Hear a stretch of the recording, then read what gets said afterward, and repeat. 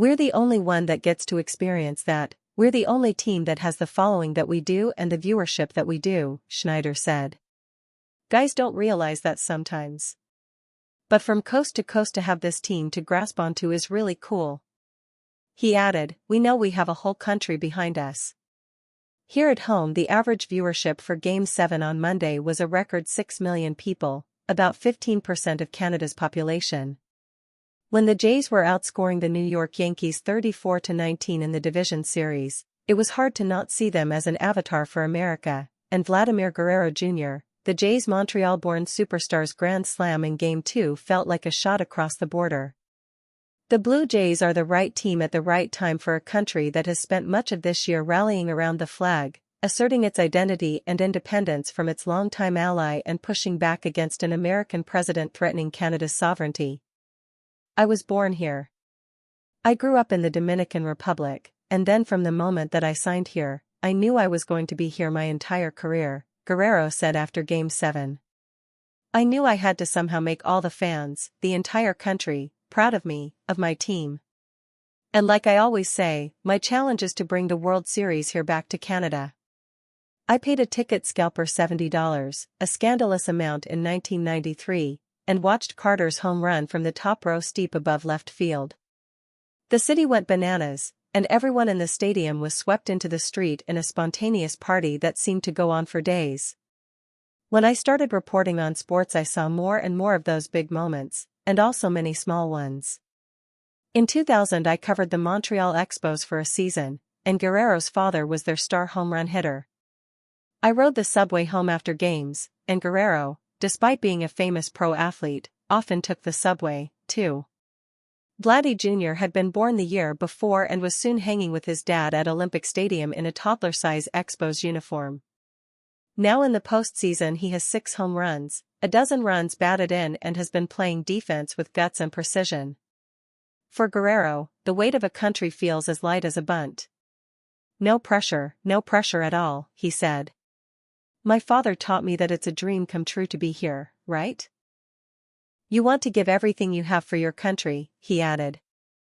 You feel proud of it. You feel very proud of it.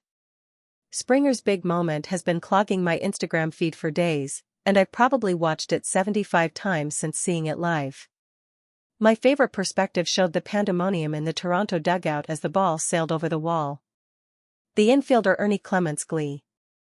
The catcher Alejandro Kirk's determination. Guerrero's gratitude to his higher power. The disbelief on the face of the 41-year-old right-hander Max Scherzer, who has made stubbornness look like a personality holy grail. Even if the best moment has already happened, though that seems unlikely knowing postseason baseball, it feels like enough for 1 October. Joyfully, Canada's team doesn't agree. A regular edition of the Canada Letter will appear as usual on Saturday. There was Monday night, and now there is Friday night, and in between there has been joy. Good morning and welcome to a special edition of the Canada Letter. The Blue Jays play the Los Angeles Dodgers at the Rogers Centre in Toronto in Game 1 of the World Series, with the first pitch scheduled for 8 p.m. Eastern Time. The Dodgers, with the Japanese megastar Shohei Ohtani, are the defending champions.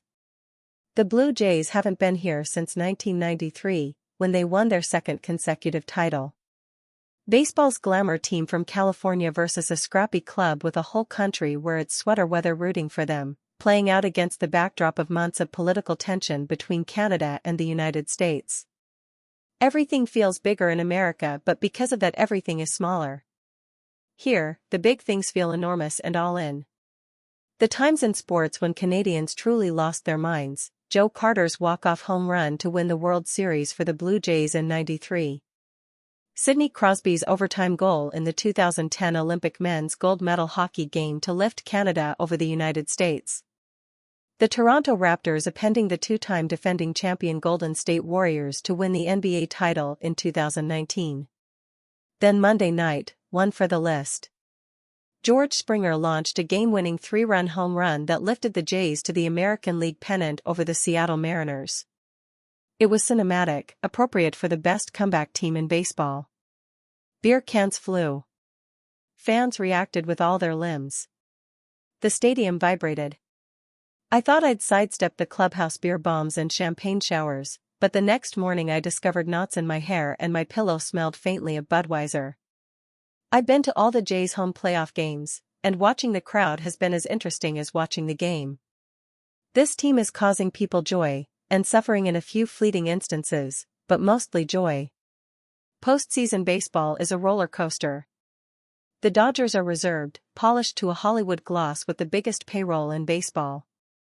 The Blue Jays are nervy and cheeky and play with exuberance. Some of their best postseason performers other teams gave up on. The Jays, in a nod to Canada's pastime, use a hockey goal horn to mark home runs. But something else has further endeared them to us. They have embraced being Canada's team winning at America's pastime. Read, as Blue Jays advance, America's pastime is in Canada's crosshairs. Most of the players are from the United States or from Latin America. The manager John Schneider is from New Jersey. But I haven't seen Canadian hockey players outwardly express such animated emotions about the country.